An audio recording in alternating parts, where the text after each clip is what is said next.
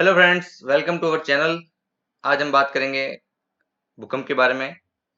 तो इससे संबंधित लेटेस्ट करंट अफेयर्स है, पहले उसको देख लेते हैं। उसी के आधार पर मैं वीडियो बना रहा हूँ ताकि करंट अफेयर्स से अपडेट रहा जा सके। ठीक है, तो इसको अपन करेंगे, रिलेट करेंगे करंट अफेयर्स को अपने आरएस मेंस के सिलेबस से। तो आरएस मेंस में भूकंप से संबंधित टॉपिक है।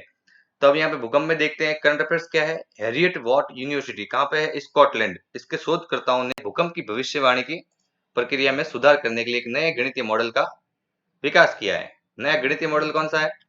शोधकर्ताओं ने अपनी खोज इस तथ्य के साथ शुरू की कि कुछ विशिष्ट प्रकार की चट्टानें भूकंप के दौरान महत्वपूर्ण भूमिका अदा करती है। मतलब चट्टानें जो टकराती है, आपस में फिसलती है, उसके कारण भूकंप पैदा होता है।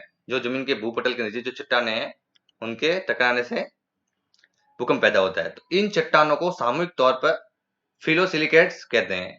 ठीक है, क्या कहते हैं? फिलोसिलिकेट्स। चट्टानों को एक दूसरे टकराने के पश्चात भूकंप की उत्पत्ति होती है। इस प्रकार चट्टानों का टकराने में घर्षण शक्ति का एक महत्वपूर्ण योगदान होता है, और घर्षण शक्ति को गणितीय रूप से, गणितीय माध्यम से घर्षण शक्ति की गणना की जा सकती है। ठीक है, तो इस फिलोसिलिकेट्स की घर्षण शक्ति की भविष्यवाणी करने की कोशिश इन शोधकर्ताओं ने की है। इससे भविष्यवाणी करना आसान हो जाएगा।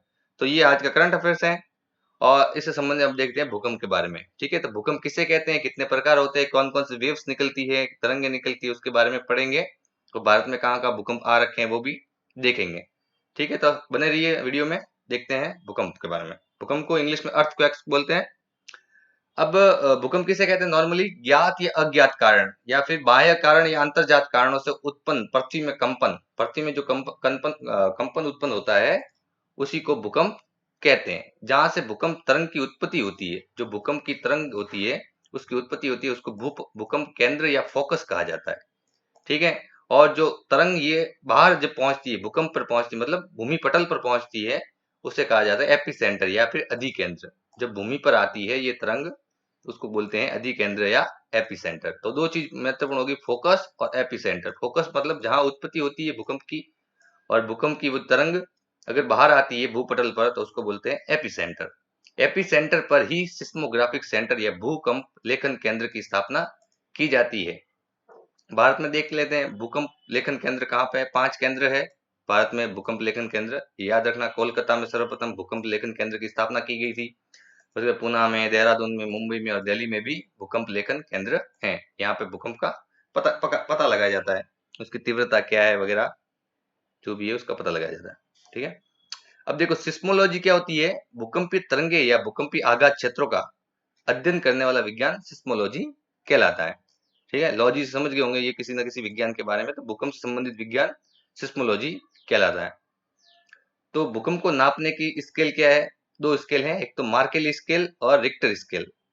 तो तीव्रता के आधार पर ये स्केल है मार्केली स्केल, कि कितनी तीव्रता है। इसका मानक माना गया 1 से 12, और इसका निर्धारण कैसे किया जाता है? अनुभव के आधार पर। इसकी कोई निश्चित गणना नहीं की जाती, अनुभव के आधार पर इसका निर्धारण किया जाता है। उत्पन्न तरंगों से कितनी हानि हुई, इस आधार पर इसे स्केल से नापा जाता है। हानि कितनी हो रही है, उस आधार पर इसको नापा जा रहा है, वो है मार्केली स्केल। सिंपल सा आपको याद रखना है, हानि के आधार पर जिसकी जो नापा जाता है भूकंप को, वो है मार्केली स्केल। दूसरा है रिक्टर स्केल। रिक्टर स्केल में क्या है? ज्यामिति है, ये एक ज्यामिति स्केल है। इसकी मानक है 1 से 9। इसका आधार क्या है? ऊर्जा। ऊर्जा के आधार पर ये नापा जाता है, कितने फोर्स से तरंगे या ऊर्जा बाहर निकल रही है। ठीक है, उस आधार पर इसको नापा जा रहा है रिक्टर स्केल को। रिक्टर स्केल के अगले क्रम में 1:10 की वृद्धि होती है, हमेशा 1 के बाद 10 गुना बढ़ता जाता है भूकंप। भूकंप केंद्र से निकलने वाली तरंगे कई प्रकार की होती है। कौन कौन से प्रकार की होती है? एक तो पी वेव्स, एक होती है एस वेव्स, और एक होती है एल वेव्स। पी वेव्स देखते हैं तो इन्हें प्राथमिक तरंगे भी कहते हैं, या इंग्लिश में बोलते हैं पुल एंड पुश वेव्स भी कहते हैं। इन्हें अनुदैर्ध्य तरंग भी कहते हैं। जैसे कि अनुदैर्ध्य टील, आपने रेगिस्तान के बारे में पढ़ा होगा, अनुदैर्ध्य टीले और अनुप्रस्थ टीले, उसी प्रकार ये अनुदैर्ध्य तरंगे। ये तरंगे ध्वनि तरंगों के समान होती है। इसकी स्पीड होती है 8 किलोमीटर प्रति सेकंड से अधिक इनकी गति होती है। ठोस, द्रव और गैस तीनों माध्यम में ये चलती है, और लहरें इसकी समानांतर चलती है।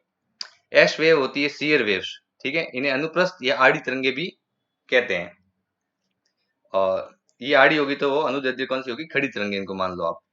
तो अनुप्रस्थ या आड़ी तरंगे भी कहते हैं। इन तरंगों की गति होती है 4 से 5 किलोमीटर प्रति सेकंड, और ये तरल अवस्था में नहीं चलती। ये महत्वपूर्ण पॉइंट है। एस वेव्स है वो तरल अवस्था में नहीं चलती। एल वेव्स के बारे में देखें तो लॉन्गिट्यूडनल वेव है। ये सबसे भयंकर और विनाशकारी तरंग है। 2 से 3 किलोमीटर प्रति सेकंड की गति से चलती है। सबसे अधिक दूरी तय करती है। पृथ्वी की सतह पर चलने वाली ये तरंग है एल वेव्स। और सबसे अधिक विनाशकारी और सबसे पृथ्वी की सतह पर चलने वाली तरंग भी यही है, एल वेव्स। अब इसमें आपके पास एक क्वेश्चन हो सकता है कि सबसे तेज रफ्तार किस तरंग की होती है, पी वेव्स, एस वेव या एल वेव्स, या इनमें से कोई नहीं? तो आपका आंसर होगा पी वेव्स। सबसे धीमी तरंग कौन सी होती है? तो एल वेव्स। और सबसे ज्यादा नुकसान करने वाली तरंग कौन सी होती है? तो एल वेव्स। और सबसे अधिक दूरी कौन सी तरंग तय करती है? तो भी एल वेव्स। इस प्रकार ऐसे क्वेश्चन आपके बन सकते हैं जो परी में भी आ सकते हैं। भूकंप की उत्पत्ति के कारण, भूकंप की उत्पत्ति के कारण ज्वालामुखी क्रिया से भी भूकंप आता है। अगर कहीं ज्वालामुखी है तो आसपास के एरिया में भूकंप फटने से भूकंप आने की संभावना रहती है। 1833 ईस्वी में क्राकाटोआ ज्वालामुखी में भूकंप आ रखा है। भूपटल में भ्रंश, भूपटल में दरार होती है तब उससे भी ज्वालामुखी आ सकती है। भ्रंश मतलब होता है दरार।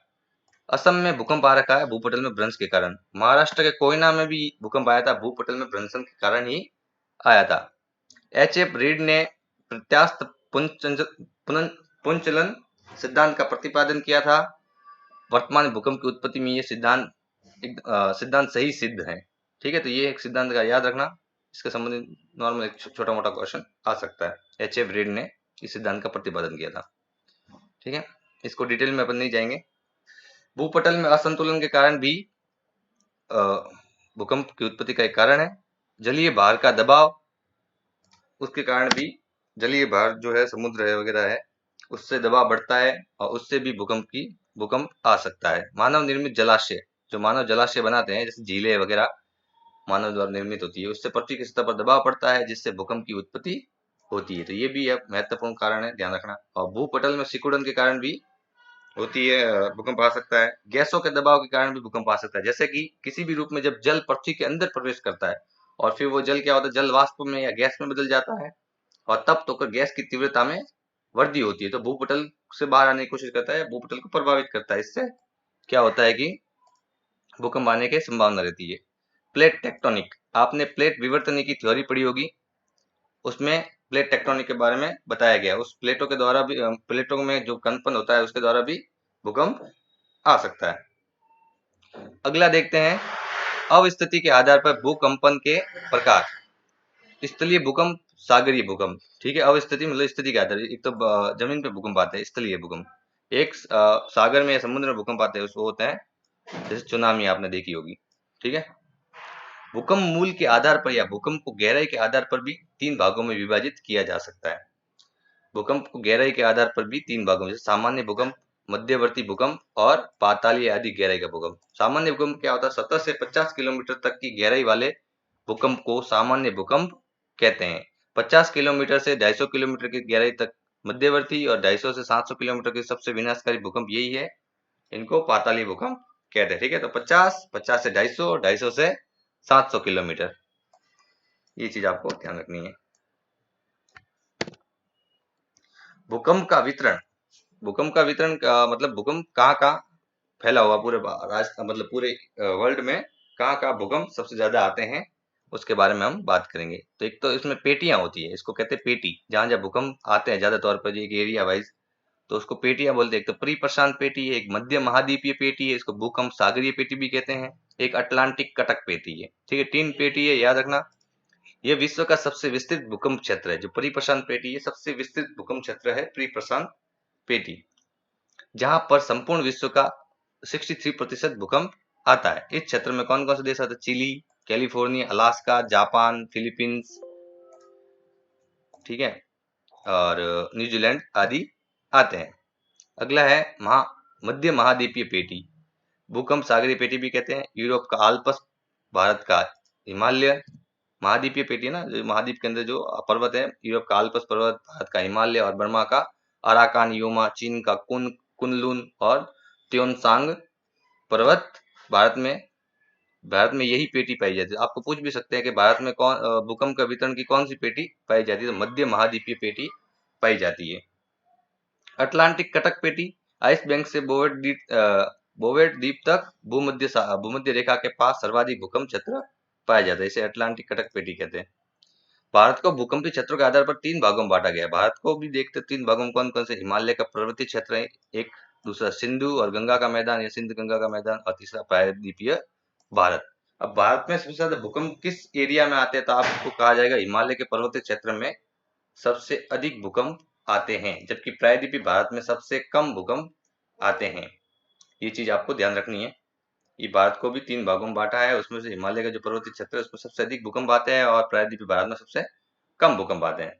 अब कुछ नोट्स देख लेते हैं, नोट्स रखने बातें हैं वो देख लेते हैं। आइसोसिस्मल लाइन, आइसोसिस्मल लाइन मतलब सम भूकंप रेखा, समान आघातीय क्षेत्रों को मिलाने वाली तरंगों को आइसोसिस्मल लाइन कहा जाता है।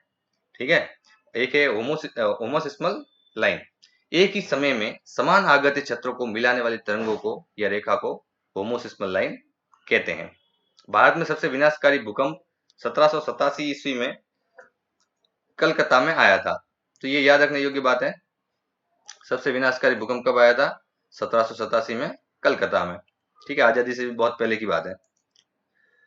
1956 में कच्छ में गुजरात में आया था, ये आजादी के बाद की बात है। कच्छ गुजरात में आपको पता ही है सबको। 1967 में कोयना महाराष्ट्र में आया था, ये अपन ने पढ़ा था ऊपर, भ्रंश के कारण आया था। और लातूर महाराष्ट्र में भी 1993 में भी भूकंप आ रखा है। ये सब बड़े बड़े भूकंप, छोटे भूकंप तो आते रहते हैं। ठीक है, ये सब बात करें हम थोड़े बहुत बड़े बड़े भूकंपों की। और सबसे विनाशकारी था कलकत्ता वाला। 25 अप्रैल 2015 को नेपाल में भी भूकंप आया था। सिस्मोग्राफ सिस्मोग्राफ किसे कहते हैं? जिन संवेदनशील यंत्र द्वारा भूकंपीय तरंगों की तीव्रता मापी जाती है, भूकंप का मापन किया जाता है। आप सीधी सी बात कर सकते हैं। ठीक है, वैसे भूकंप का मापन का मतलब जो भूकंप की तरंगे होती है उसकी तीव्रता की मापन की जाती है, उसे उसे उसे भूकंप लेखीय या सिस्मोग्राफ कहते हैं। और भूकंप के अध्ययन को क्या कहते हैं? सिस्मोलॉजी, जो अपन ने आगे पढ़ा है। ठीक है, तो आज के वीडियो में दोस्तों इतना ही। अगर आपको ये वीडियो आए तो इसको लाइक करें, शेयर करें, वीडियो को सब्सक्राइब करें, ताकि मैं आपको और अच्छे कंटेंट बना के दे सकूं। इसलिए अगर आप चाहते हो कि चैनल ग्रो करे तो आप प्लीज इस वीडियो को शेयर करें, लाइक करें और चैनल को जरूर जरूर सब्सक्राइब करें। Thank you.